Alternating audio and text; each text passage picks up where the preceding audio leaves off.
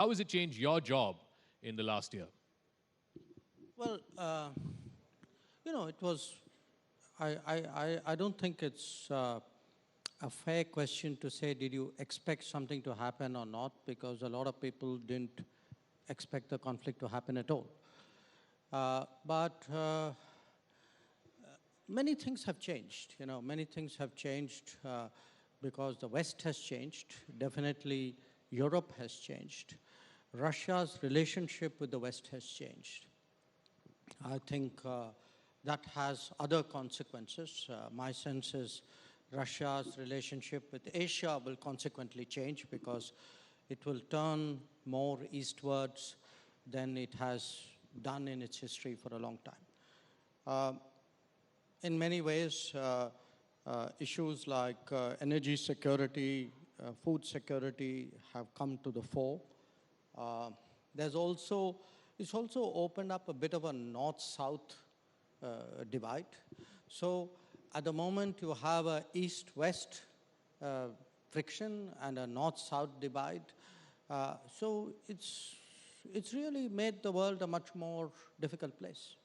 So when you say the world has become a much more difficult place, a country like India, we are the voice of the global south. We also have very deep linkages with the West and, of course, with the East. How does India play these deep divisions? Well, we are, to a great extent, the voice of the global south because I think, one, there is a natural empathy from our similar history, but also because we have made an effort. I mean, it's not something which just happened by itself. You've had G20 summits before. To the best of my knowledge, no other country said, okay, we are 20 countries around the table. There are 180 countries which are not around this table. So should we make an effort to find out what their expectations are of us? I think, to the best of my knowledge, we are the first country to have done that. And we actually, starting with Prime Minister himself and, 5 of us, including Piyush, who was here before me, we all spoke to our counterparts. We actually consulted 125 nations with this one question, which is, we're going into G20, so tell us your key concerns and what is it we can articulate. That's one part of it. I think the other part of it is also, we have in this whole period since February 24th last year, we have tried to press for you can say a return to peace, a return to negotiations. Yeah. In that sense, we have taken an independent position. I wouldn't say we're the only ones, but we certainly are among the more prominent ones. I do believe there is a real body of opinion out there, including in the G20. Mm-hmm. I would say a country like, say, Mexico or Brazil or Argentina or Indonesia, Saudi Arabia. I think many of them share similar views. Probably we've been the more outspoken among them. So both in terms of the north-south divide as well as the east-west polarization, I think we have tried to be the bridging force there. And the world needs somebody like us. So you're talking about the G20, and of course this is a big year for India. The session is called India's G20 moment. But how worried are you that there's so much fixation around a joint statement or the lack of it at the end of one? Because we had the foreign ministers meeting, you chaired that a few weeks ago. We had an outcome document, I believe, not a joint communique. Similarly, again, in the finance ministers meeting. Is there too much fixation on a joint statement? Well, let me speak about the one which Sure. I chaired. We had a meeting. We had a outcome. We were negotiating essentially a 24-paragraph document. We had agreement on 22 paragraphs. There were 2 paragraphs pertaining to Ukraine, which basically was a carry forward of what happened at Bali. on which we could not get agreement. So, in a sense, we had to do a chair summary for the Sure. part we couldn't, and the outcome document for the part we could. Now, we have to be real about it. I mean, look at the state of the world. In this state of the world, if I could get 22 out of 24, so what's that in percentage terms? About 95. 95%. Okay, I never got 95% in school. So I would say, I was not dissatisfied. I would have obviously liked to get 100%, which would have been a novel experience for me. But you were one of your toppers in the services. You went to a top university. Well, we'll put that aside. We'll park that aside. No, but look, my point is, what we really managed to do in the G20. I agree with you that one shouldn't be textually obsessed, though text does matter. Sure. I think our real contribution was to get the G20 back to the G20's real business. The G20 is not the UN Security Council. It's not the primary forum to debate international peace and security. I'm not saying international peace and security doesn't matter or doesn't have economic consequences. They do. But if you look today at the world, there are serious issues for the world to worry about. Food and energy security, green financing, Agenda 2030, trade issues, debt issues. We actually got something very novel for G20 to look at, and which I would like to build on, which is something called global skills mapping. That where are the skills in the world and where is the demand in the world? And they are in two different geographies. Yeah. So how do we actually put that together? I think that's a very interesting avenue that we have opened up for the G20. So the original mandate of the G20 was global growth and development. Now last year, because of the Ukraine conflict, I think the conversations went in the direction of one issue. We would like to see, without disrespecting that particular issue, we would like to see a return to what we believe matters most to the roughly 200 countries of the world. And in that sense, I would say more than getting 22 out of 24. I would take satisfaction in the fact that the finance ministers meeting in Bangalore and Bengaluru and my meeting in Delhi, we were able to get the G20 back on track. So you're confident that in September, when the leaders meet, a bulk of the conversations will be around the issues that you just outlined? I would say, yes, that should be the progression. Every G20, there is a strong element of continuity. And there are some new ideas which come in. My sense is that you would see some ideas come in as well. Probably a bit early, may take a few meetings more for that to move. But I would certainly hope that by September, we would have a G20 leaders meeting which would look at the crucial issues pertaining to global growth and global development. Sure. So one of the consequences, I guess, because of the war, or perhaps it's been accentuated because of the war, is the world is increasingly looking like two blocks. You have the United States and its partners on the one side, and you have Russia and China on the other, most of all because of what happened last week when Xi Jinping went to Moscow. What do you make of that? And how, again, I come back to this, how does a country like India play that? Because we are in neither camp. I think you are oversimplifying this, deliberately so, I understand. The journalist occupational yes, hazard. Yes, absolutely, I get that. I'll tell you why you're oversimplifying it. It's not, Russia and China versus the West in that simplistic a term. After all, the primary partner, economic partner of China is the West, and the primary economic partner of the West is China. So they have an enormous amount of economic interface there.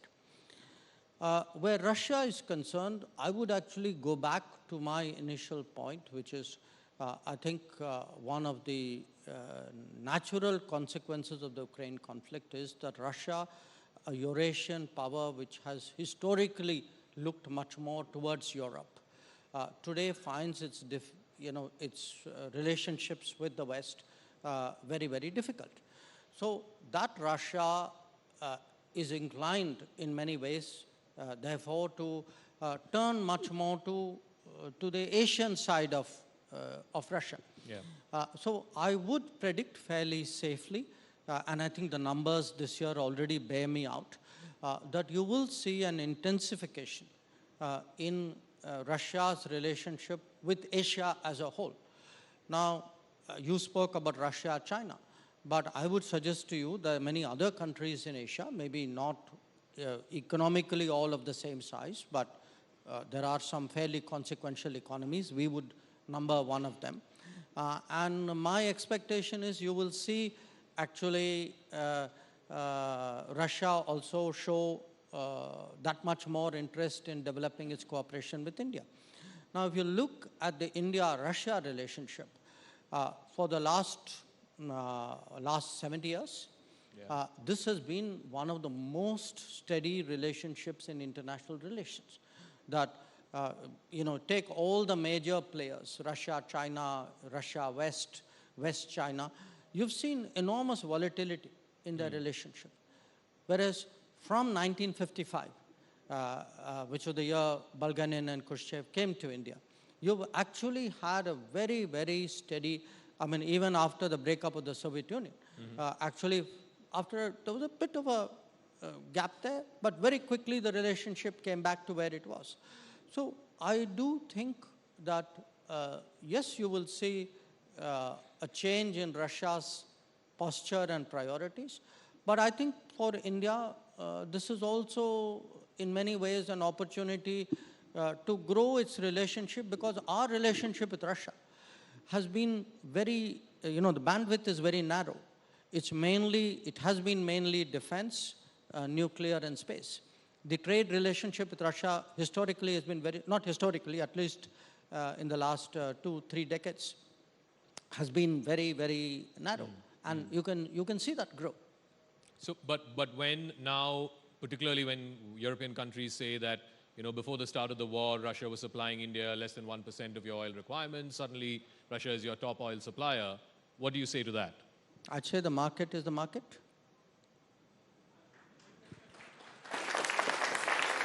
We all believe in markets, right? Of course.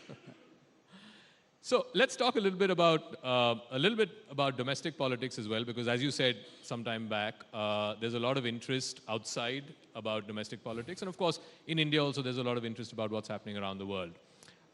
Your parliamentary colleague, Mr. Rahul Gandhi, the leader of the Congress party, he made some comments while he was abroad. There was a backlash to those comments. Your party basically wanted him to apologize, and then subsequently now there's a court conviction and he's been disqualified. I want to know your... Sorry, the two are not related. The two are not related. Fair enough. I'm just so that we are clear. Chronological order of what's happened with Mr. Gandhi over the last couple of weeks. I want, first of all, your reaction to the disqualification and what the opposition is saying, that, look, this sort of proves what we've been saying all along. The Modi government is illiberal. It's an electoral autocracy. Opposition's not being allowed to talk. How would you respond to them? So let's assume I have a counterpart or a colleague, or I go abroad and somebody asks me what you're asking. How would I put it? That's essentially what you're asking me. I guess I would say that 4 years ago, Rahul Gandhi was disparaging of a community in a public meeting. This is not me saying it, it's on record. A member of that community took offense and began legal proceedings. Rahul Gandhi had an opportunity of rectifying the situation, of expressing regret. He chose not to do so. The legal proceedings then produced an outcome. The outcome triggered a law a law which I would remind you, Rahul Gandhi himself had, in a way, supported some years ago. A law that has been applied, I think, to about 10, 12 other elected representatives, including of the ruling party. So my answer to somebody who asked me this would be the law is the law. Unless somebody thinks the law is not the law for them. I mean, that's... Okay. Has anybody asked you this? Have any foreign diplomats or governments asked you this? But if they do, this would be your answer. I'm practicing it on you, and if there is a... Nice to know that you've equated me to a foreign diplomat. But let's, because the reason I ask you this is because there are ramifications of what he's saying and the narrative that the opposition wants to build. You have been vehemently opposing that narrative that's been constructed, some of which has been fed into by some sections of the Western press, that, since 2014, India has become an illiberal country, an electoral autocracy. You don't fear that this actions of the last 10 days or so feed into that narrative? Look, my sense is those who are feeding that narrative, narrative are people with an agenda. They're not stupid people, okay? So they will misrepresent facts, or they would, twist things, because it's part of developing a narrative. I'll give you some examples. If you look at some of these think tanks and reports which would come out, many of them would suggest to you as though there's a whole problem around Assam, which started with Narendra Modi as Prime Minister. Okay, you and I know it goes back to Indira Gandhi's time.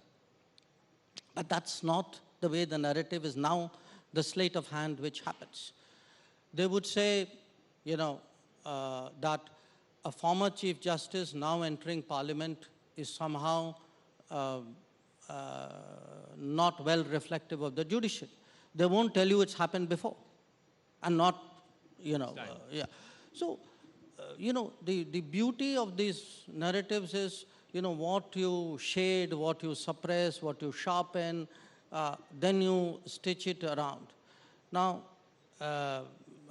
yes, for people who do all of this, they would certainly use it.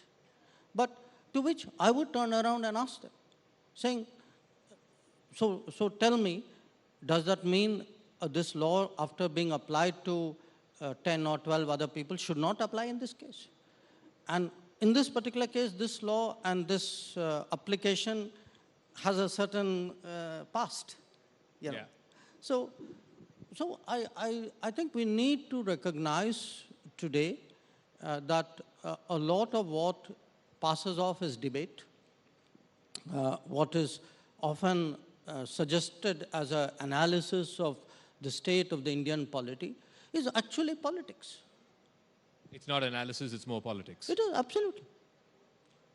So you talked about narratives and you gave the example of Assam. Now, one state where there seems to be this narrative, and it directly has a bearing on your ministry and the missions abroad, is Punjab and this whole Khalistan sentiment. We've had attacks on our missions in London, San Francisco.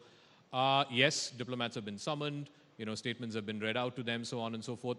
What else do you intend to do to send out the message that you're playing with India's national security and territorial integrity, and that's unacceptable?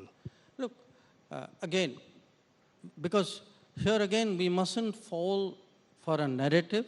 We must actually look at what are the facts on the ground. So let's look at the facts on the ground in India, and let's look at the facts on the ground abroad. The fact on the ground in India is a bunch of people went by force into a police station to take out somebody, which was in violation of probably multiple provisions of the law. So tell me which country would countenance this? Okay, that's the fact within India. So you don't have to put a movement or an ideology to it. I mean, irrespective of whatever the issue. I mean, which law-abiding society would allow a mob to storm a police station and take somebody out? That is the bottom line situation. Now, if you look what's happening abroad, in the name of free speech, and democratic freedoms, of which I'm equally a votary, if you allow people to intrude into diplomatic premises, to attack diplomats, to threaten diplomats, to take down flags, I ask you, suppose the roles were reversed. Suppose one of those countries had this done to one of their missions. What do you think they'd be saying? So I think somewhere it's time that we are clear about who we are and the stand that we take. And if these things happen, there will be consequences.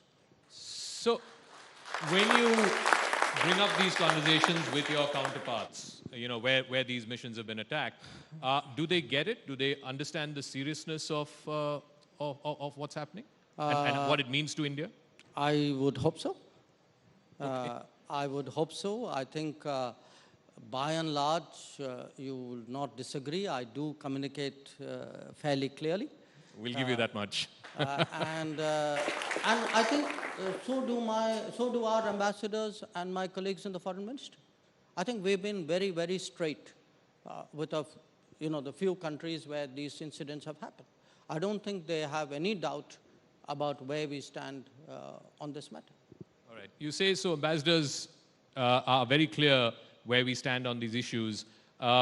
One of the incoming ambassadors, a good friend of yours, Mr. Garcetti, in his Senate confirmation hearing, apparently said that human rights was his major in college and he intends that to be very much part of the conversations when he lands in India.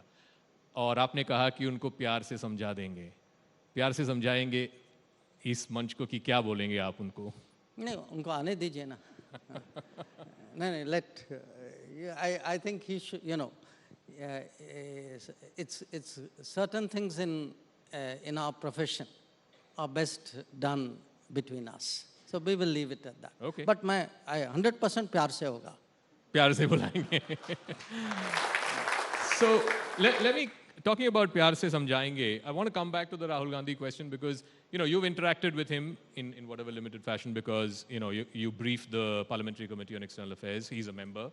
And he had recently said in England, while he was in England, that he drew this analogy between Ukraine and Ukraine and Arunachal. And he also said that I said this to the minister, and the minister said it's a ludicrous idea. Your comments on that, did that happen? Do you? And the minister said what? That it was a ludicrous idea. Ludicrous. Okay. Ludicrous idea. Okay. And also I want your general impressions of him because you've interacted with him, you briefed the members. Look, we are not by etiquette and I guess by rules supposed to discuss in public what happened in a consultative committee meeting. So if he referred to it, in my view, he should not have. I certainly will not talk about what happened in a consultative committee meeting. But let's look at the substance of the issue, because he has said that on public record. Forget about the fact that there was a consultative committee meeting for a moment.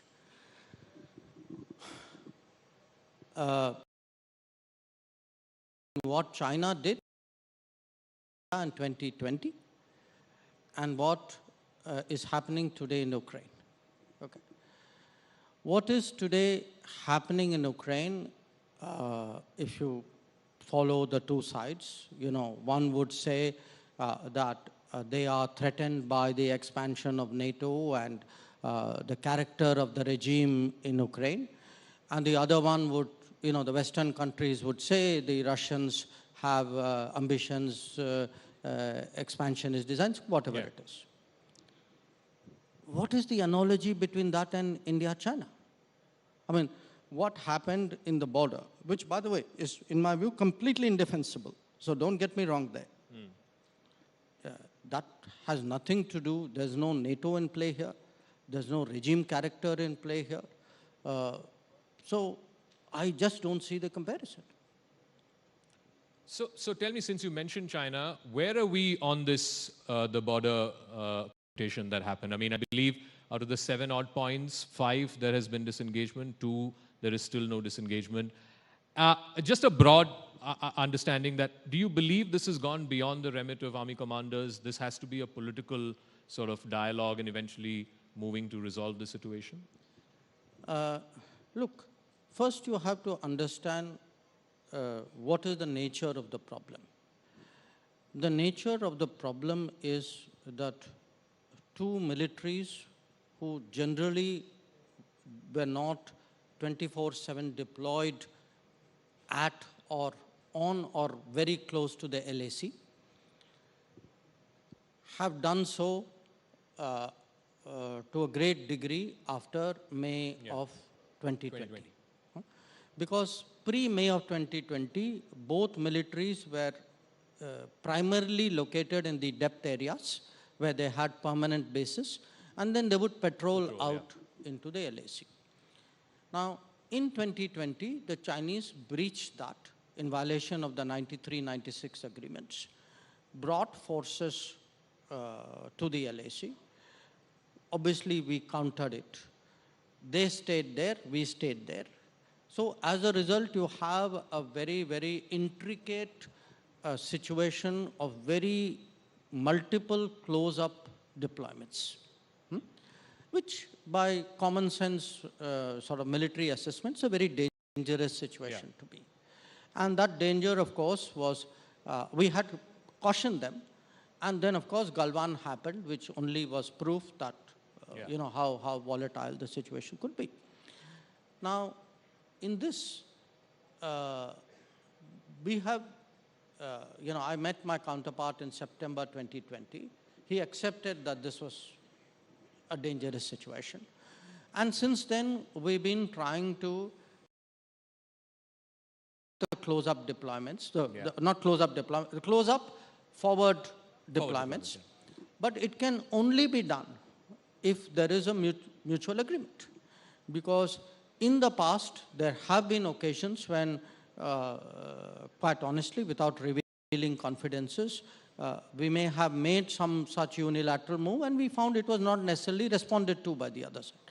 So everything that we have done is on the basis of what we call the principle of mutual and equal security, which means, you know, if we move back here, you will move back there. So now again, some canards have been floated that, oh, buffer zones have been created in our patrolling areas. If I'm not able to patrol somewhere, he's also not able to patrol on that area. So it's, you know, whatever we have been done is mutual, it is negotiated.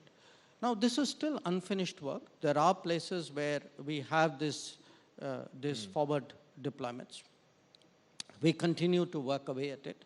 I will only remind you when this started in the summer of 2020. If you took the cumulative analysis of this city, people told me this, you know, we're not going to get a solution. You know, oh, the Chinese are going to do this, there's nothing you can do. I would say, please look at the last 2 to 3 years. You know, my sense is the military has done what the military should do. The military has deployed. The military deployed in the COVID. The military has deployed round the year. The military is deployed through the winter. The military is deployed at great heights.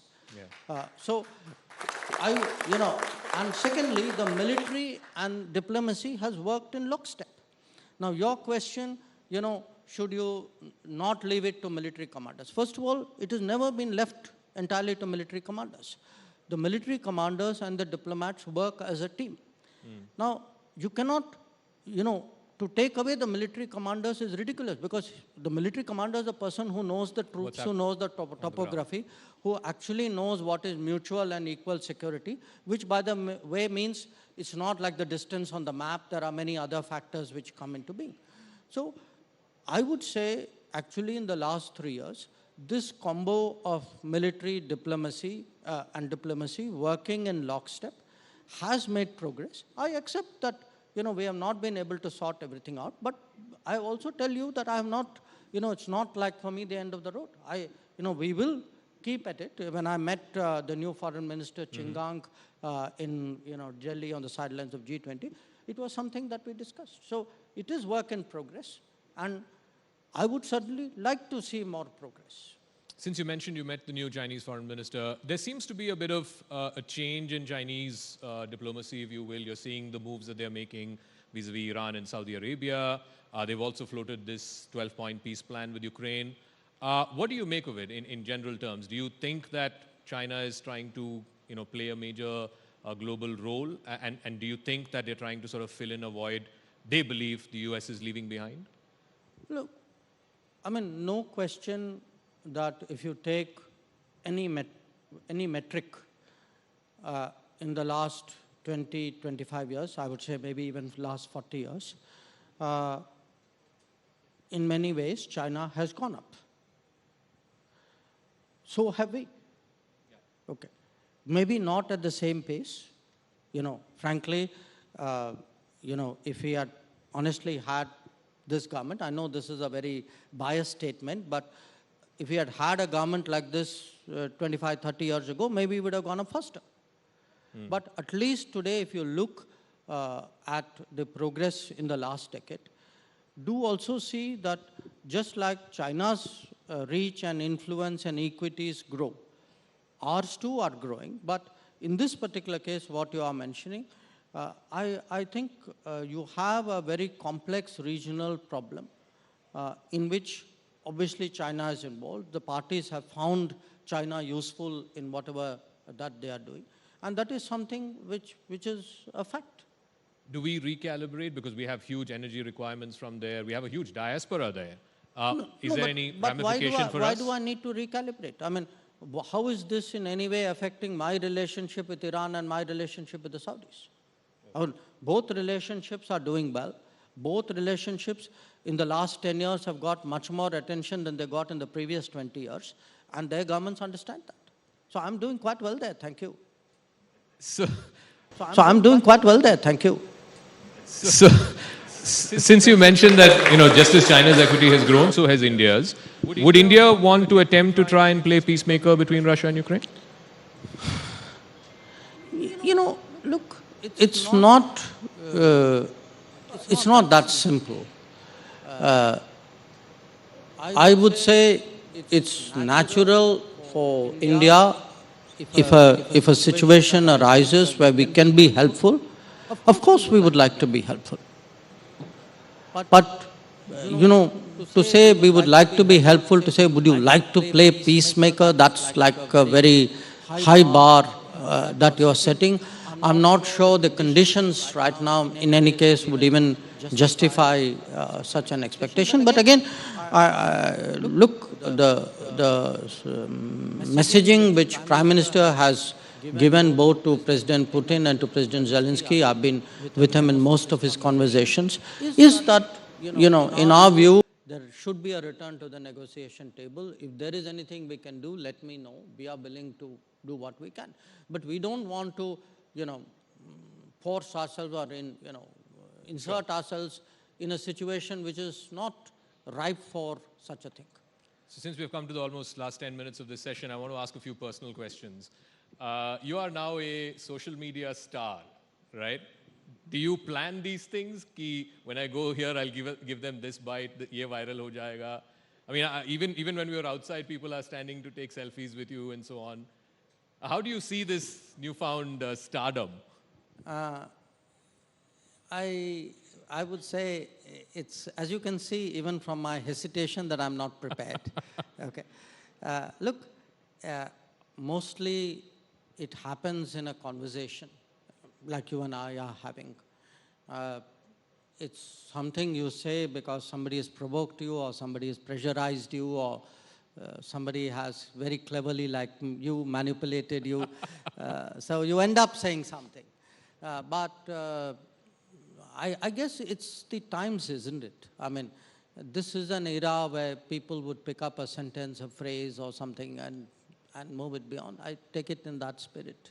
How do your family members react to this? You're a celebrity now. You're more than just a diplomat or a minister. I think my family members probably, we are even otherwise a relatively private family, yeah. And we try to become even more private as a consequence to all of this. So, tell me, Minister, you travel a lot. Now that COVID is over, you're pretty much traveling 15 days in a month, maybe even more. People are curious and people have been writing into our social media handles asking, what is your fitness regimen like? mix of things. Mostly, I mean, I do make an effort to stay fit because if I don't, I'd be dead. I mean, given the travel and the time zones and the meal schedules you have. So I try to stay fit. I play 2 racket sports, squash and badminton when I'm in Delhi. When I'm on travel, I actually started doing yoga about a decade ago. So that's kind of helpful. If I can find a gym, I'd go there. But I tell you, it's not just a question of being fit. I have realized that fitness is a kind of a prerequisite for a competitiveness. If you're feeling lousy about yourself that morning, you're not going to be all there. You're not going to give your best performance. You're not going to give that sharp reply or whatever. So if you want to be on that ball, so we have today fitness movements in the country. I'm very, very involved in it. I'm very supportive of it. Fit India, Khelo India, etc. I can actually see it having an impact on society. That if I were to look at the last decade, where in the last decade, I would suggest to all of you, our fitness awareness has grown tremendously in this country. It's grown particularly with young people. And we have today, even if you take a sport, we said, okay, take cricket.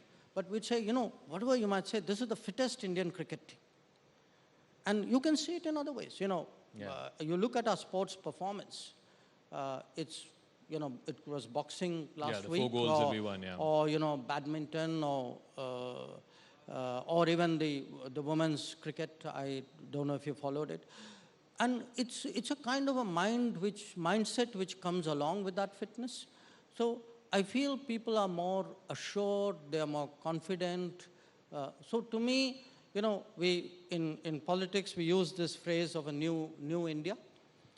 To me, a new India is a more fit India, but a more competitive India.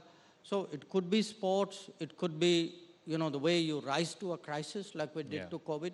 It could be the confidence with which you would say, do something on the tech side, do a 5G stack or a covaxin. It's a package out there. And I need that package for my, for my sharpness. Because of the demands of the job, sure. Since you mentioned sport, I know you're also a big cricket fanatic. Do you have a favorite cricketer and who? It's hard to give you a single name. So if you'll permit me multiple choice answers, I would say yes. If I were to pick 3 people really top of my head, definitely Virender Sehwag. Virender Sehwag, okay. He's attacking, he takes the game to the opposition. It's a bit like what you do in diplomacy. I would say Dhoni, no question. But for this reason, he's always strategizing. I mean, even to the last ball, you can see, and that's like how to be cool under pressure. And maybe here, another degree of some self-identification, maybe Jimmy Anderson. Jimmy Anderson? For this reason, at that age, I think he's 40, if I'm not mistaken. Yeah, he's 40. Okay. At 40, to be a fast bowler at that level, that's to me, perseverance, endurance, that's fitness. Wow. So I would say attacking, calm, endurance. That would be my slightly longish answer. Interesting. ACE, attacking, calm, and endurance. I also know that you're a voracious reader. Any book that's had a profound impact on you, either career-wise, diplomacy-wise, or even otherwise, personally? Well, lot of books, because I do read a lot, but if I were to say, reinterpret your question to say a book which I would have repeatedly read, 25 times, 50 times kind of thing. Probably 2. One is Mahabharata. I carry a copy on my travels. I read it often. I have multiple versions. I have a whole bookshelf of variations of it, including some of the multiple volume editions. Maybe Lord of the Rings. Lord of the Rings. Those would be the two which I've read most often. You're a Tolkien fan? Very much. Oh, interesting. So what's your favorite character from LOTR? In Lord of the Rings? Yeah, in Lord of the Rings. I would say really probably on balance, and this comes down a bit to the cricket-like thing, probably Legolas. Oh, nice. Because he's the calm guy. Yeah. You know, he's the guy who keeps, you know, things are falling apart. Somebody has to hold it together. Hold it to, and that's maybe it's my profession. Yeah. You know. Music? Are you into music? And the music is in the air these days because of Natu Natu and the Oscar for it. You of course made a famous reference to Tony Blair recently. Gave him a bit of a poke. Is there any favorite album, favorite artist? No. Look, we were a household. My interest in international relations actually came out of music. Came through music? Yeah. How because so? When I was very young, first my grandparents and then my parents brought international music home. I mean, through records, nice. And then encouraged, we used to listen to radio and all that.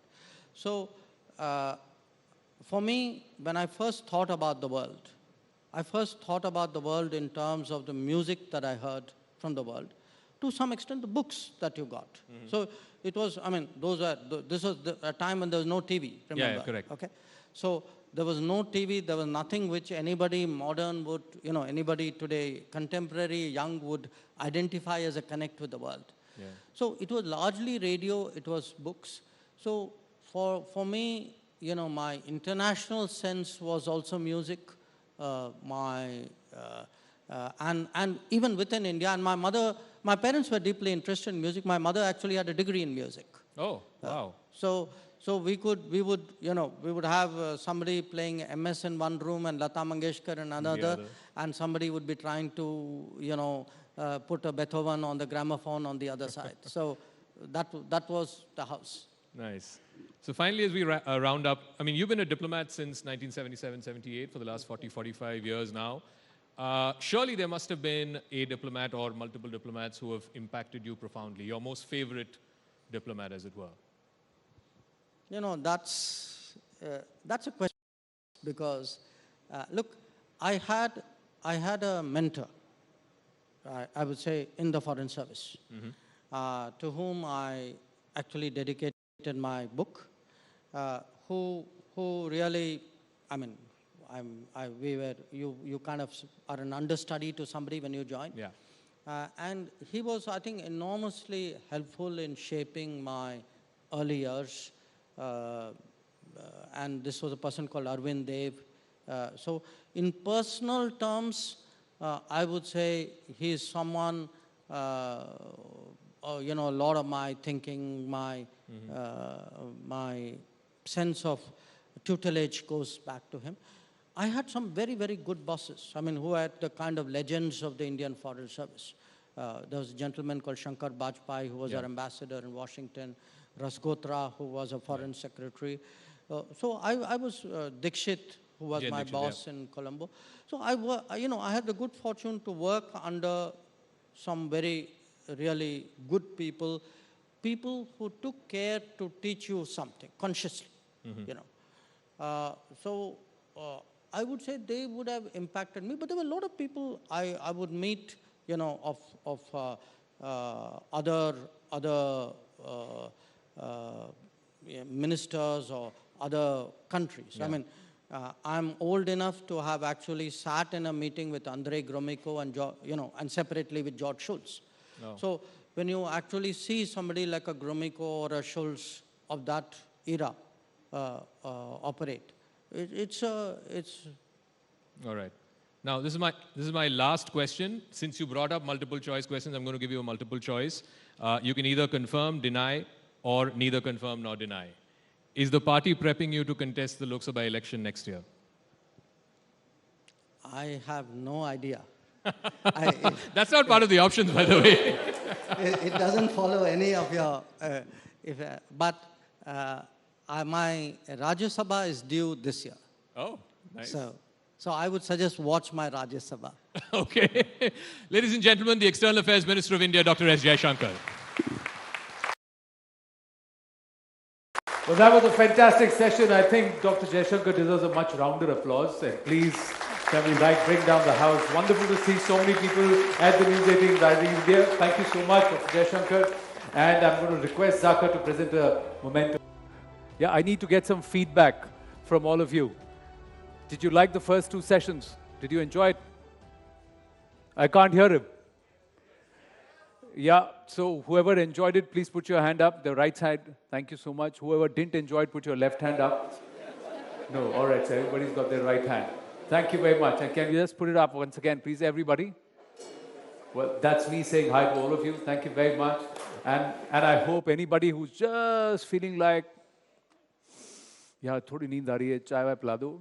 I hope you've woken up again, because we've got a fantastic session, ladies and gentlemen. Once again, I'd like to tell you that yes, we're talking policy. Yes, we're talking about how we want to see Bharat in 2047. That is what is the whole idea of trying to say, how is it that we can take through these conversations? But please let us remember that we are going to celebrate our real heroes. There's some phenomenal stories of people, common people on ground, unsung heroes, who we are going to celebrate and who we're going to take inspiration or draw inspiration from. Let's quickly move on. May I now invite a person who needs no introduction, and she's part of this News18 family, and I'm so proud that she is. The one and only Shireen Bhan. I have to tell you that this is a very, very nervous situation to be in, because it's a very tough act to follow. But I promise that we are going to have a conversation that is going to be very, very engaging. I have three very provocative speakers who will join us here.